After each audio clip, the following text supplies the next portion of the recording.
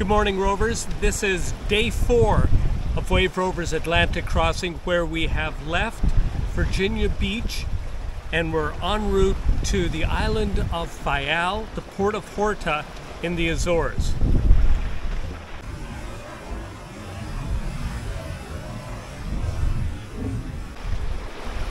There's another beautiful sunrise, and here we are sailing pretty much on a run, somewhere between a broad reach and a run throughout most of the night. I did have to tack a couple of times to keep us in the Gulf Stream, and we are nicely in the Gulf Stream eastbound.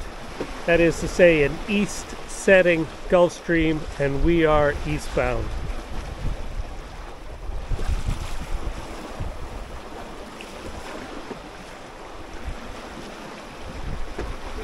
We're enjoying the last of this good wind.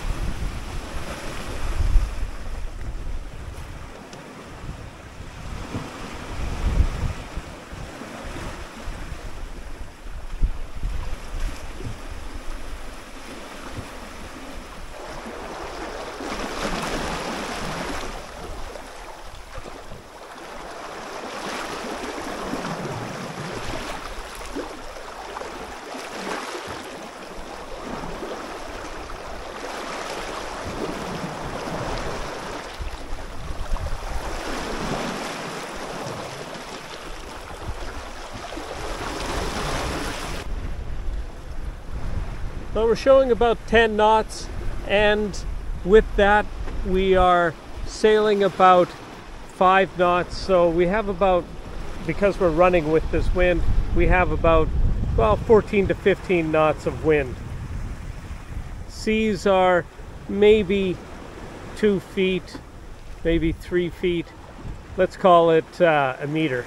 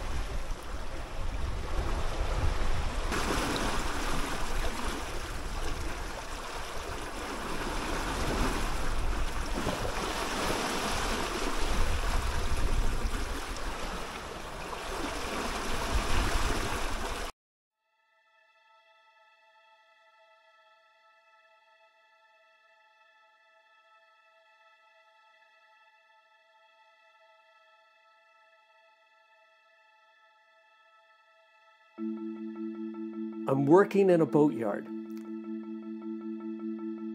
and the other workers say, listen, Alan, the pie truck is going to arrive at noon. You know, I'm thinking to myself, so what? A pie. I don't particularly like sweets, certainly not a pie at lunchtime in this hot weather of Brisbane, you know, while I'm working in a boatyard. And everybody was so excited about the pie truck, and the horn goes off and the pie truck arrives. Everybody gathers around. Turns out that a pie truck in Australia, it's a savory pie. It's you know, a kidney pie or a mincemeat pie. It actually was really delicious, and there were the pasties that went with it. So they're all kind of baked and pastries with proper food, you know, meat and vegetables on the inside. I got it.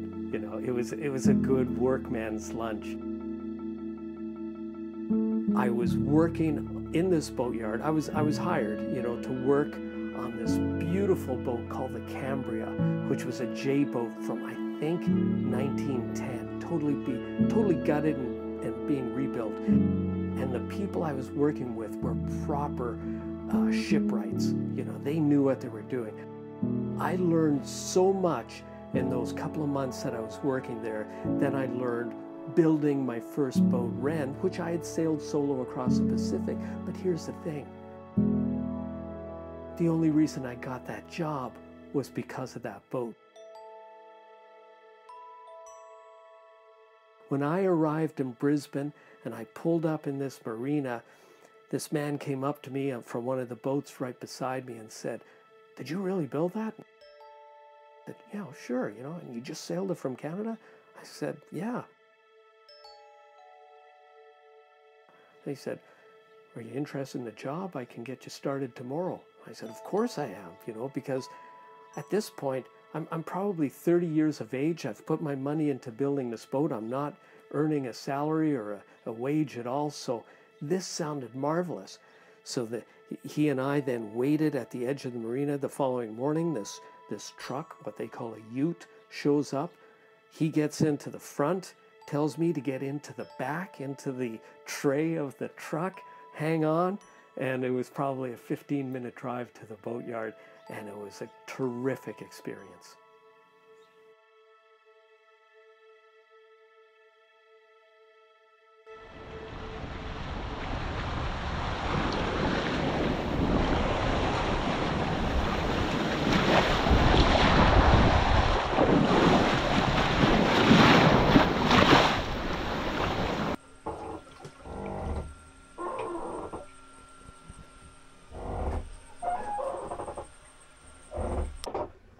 Well, Rovers, we are out of wind. This is despite having those terrific runs the last 3 days of over 125 miles a day. So we're out of wind. This, like I said, we were expecting this.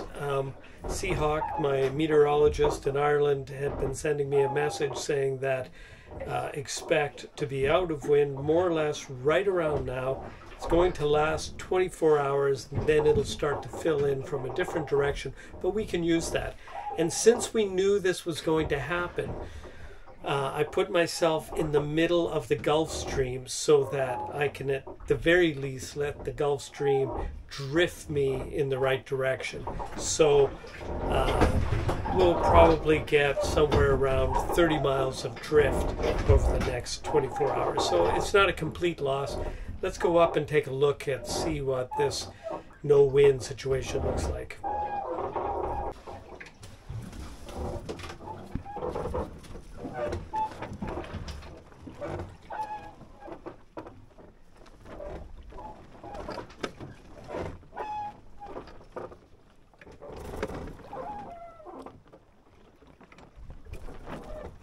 The water is a lovely blue. And we have the sun out, which we didn't really have for the last 24 hours. Terrific visibility. I mean, we are in the middle of, well, middle of the ocean, let's call it. I was about to say the middle of nowhere, but Is that really true?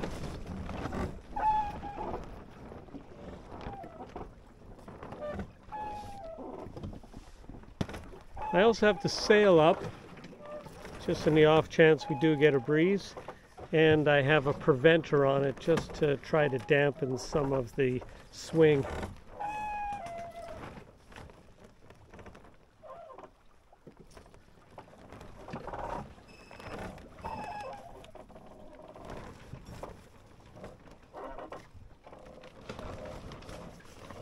As always, Rovers, thanks for watching and forge your own adventure.